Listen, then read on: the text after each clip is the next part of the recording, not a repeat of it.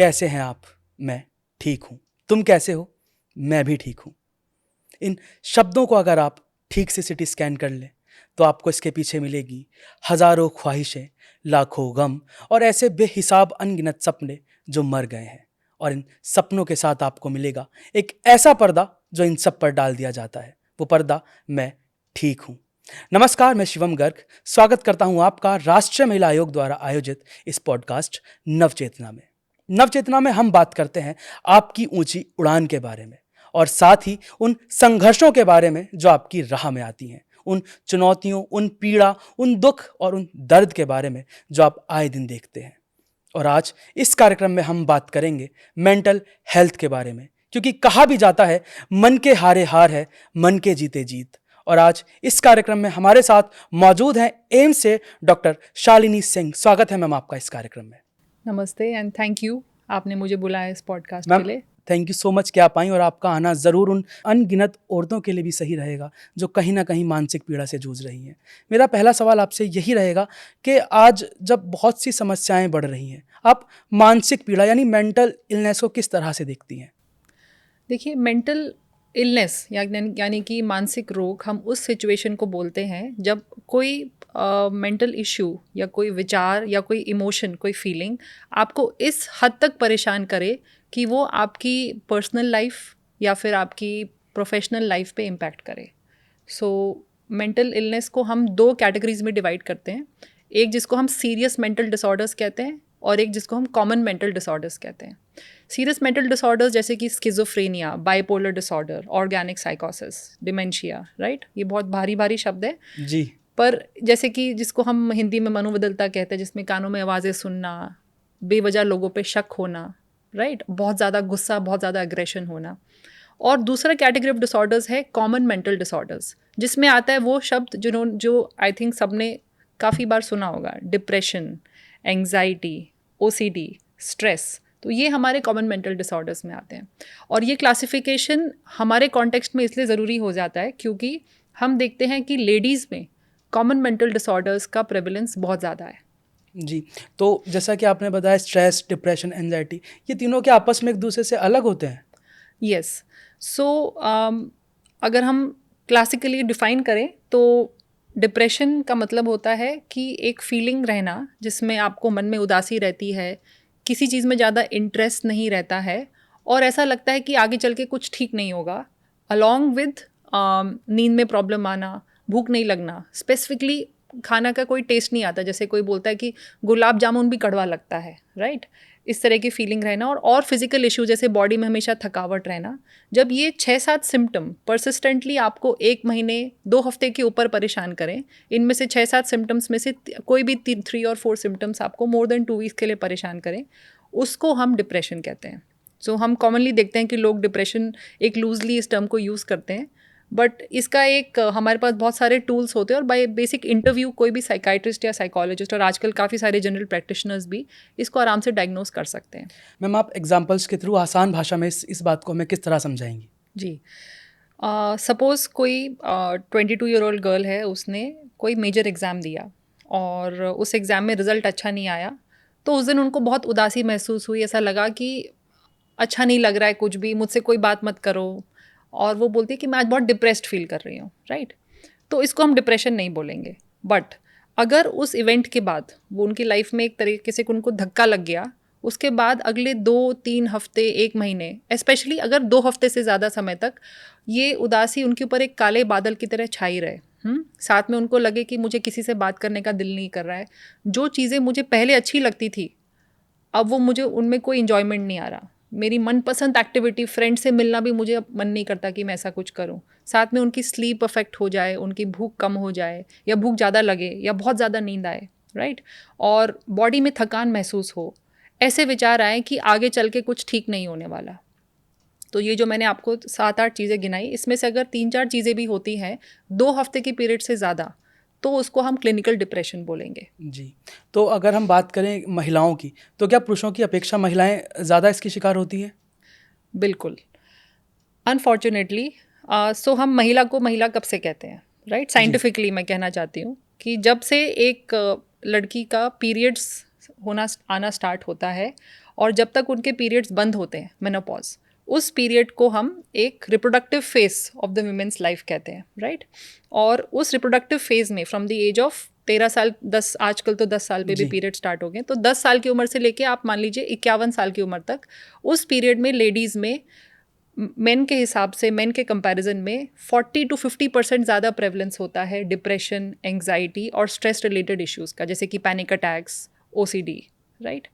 And उससे पहले prevalence same होता है, और सरप्राइजिंगली रिसर्च हमें दिखाता है कि मेनोपॉज के बाद, मतलब 51 साल पे यूजुअली हम मानते हैं कि मेनोपॉज होता है लेडीज़ का, उसके बाद इसका जो रेट होता है वो मेन में ज़्यादा होता है डिप्रेशन, एंग्जाइटी का, as compare to women. But इसमें भी एक राइडर है, क्योंकि अगर विमेन जब उनका विडोहुड होता है, जब उनके हस्बैंड की डेथ हो जाती है, उसके बाद दोबारा हम एक जंप जो देखते हैं दैट इज़ क्वाइट सिग्निफिकेंट, कि उनको डिप्रेशन, एंग्जाइटी, स्ट्रेस काफ़ी कॉमनली उनमें देखने को मिलता है। और अब आप सोचेंगे कि अगर रिप्रोडक्टिव फेज में ये प्रॉब्लम हो रही है तो इसकी वजह रिप्रोडक्शन से रिलेटेड इश्यूज ही होंगे। जी। उसका जवाब है हाँ। नाउ, पर सिर्फ वो एक अकेले कारण नहीं है।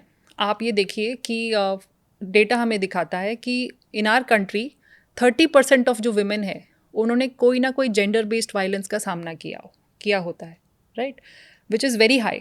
आप सोचिए 1 in every 3 लेडीज़ जो हैं वो जेंडर बेस्ड वायलेंस को फेस कर रही हैं।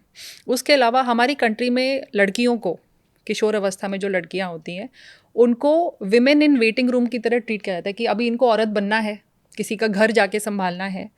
तो उनका जो एक सोशल, एक एजुकेशनल ग्रोथ होनी चाहिए, उनका जो एक एम्पावरमेंट होना चाहिए कि वो जितना चाहे उतना पढ़ सकें, जितनी बड़ी, जैसे आपने उड़ान के बारे में बात जी। करी कि जितनी बड़ी वो उड़ान भरना चाहें वो भर सकें।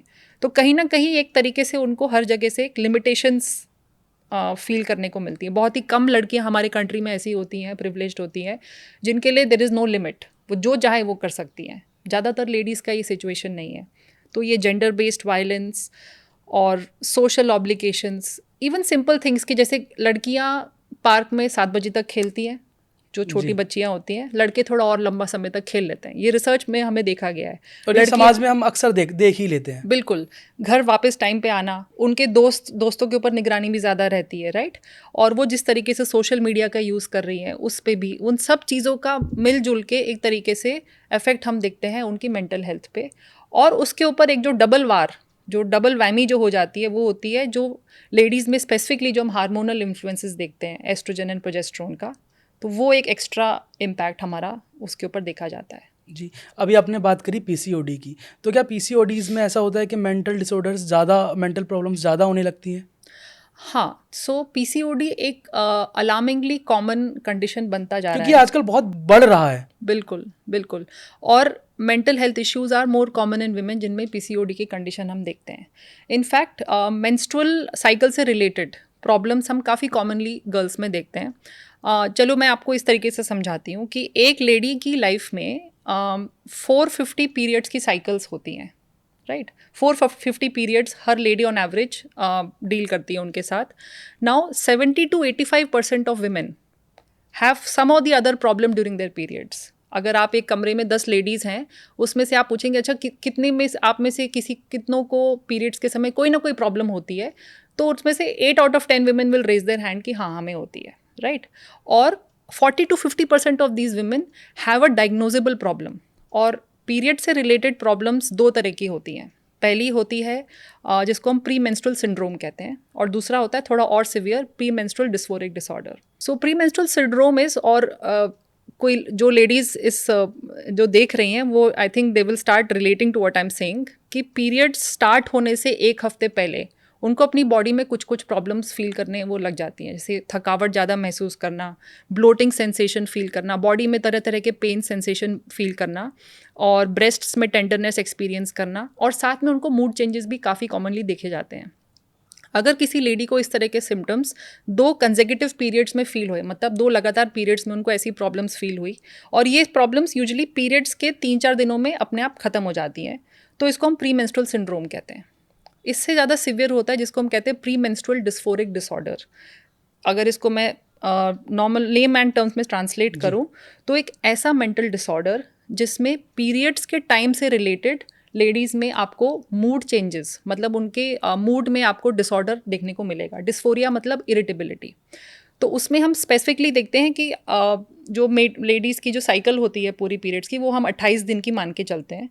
तो उसमें जो दूसरे जो 14 डेज़ होते हैं, मतलब पीरियड से 1 या 2 हफ्ते पहले का जो टाइम होता है, उसमें रफली लेडीज़ में मन की उदासी, चिड़चिड़ापन, घबराहट और मूड लेबिलिटी, मतलब 1 मिनट हँस रहे हैं, 1 मिनट एकदम गुस्सा हो रहे हैं, एकदम से रोना आ रहा है, मुझे भी नहीं पता, मेरा खुद का मूड मेरे कंट्रोल में नहीं है, इस तरह की हम लेडीज़ रिपोर्ट करती हैं। ऐसे सेंसेशन देखने को मिलते हैं अलॉन्ग विद जो मैंने आपको फिजिकल सिम्टम बताए, जैसे कि ब्लोटिंग, पेट में क्रैम्प्स आना, बॉडी में पेन होना। काफ़ी लेडीज़ को, यंग गर्ल्स को भी जॉइंट पेन्स एक्सपीरियंस होते हैं at this point of time. बहुत ज़्यादा वाटर रिटेंशन होता है, बहुत ज़्यादा नींद आती है या बिल्कुल नींद नहीं आती है, खाने का मन नहीं करता या बहुत ज़्यादा खाने का दिल करता है। खास करके स्पेशली जैसे आपने PCOD का मेंशन किया, नमकीन चीज़ें खाने का, मीठी चीज़ें खाने का, तली हुई चीज़ें खाने का ज़्यादा मन करता है। तो ये दोनों कंडीशंस स्पेसिफिकली हमारी जो है मेंस्ट्रुअल साइकिल से, पीरियड से लिंक्ड हैं, एंड ये क्लासिकली पीरियड से 1 हफ्ते पहले के फेज में होती हैं।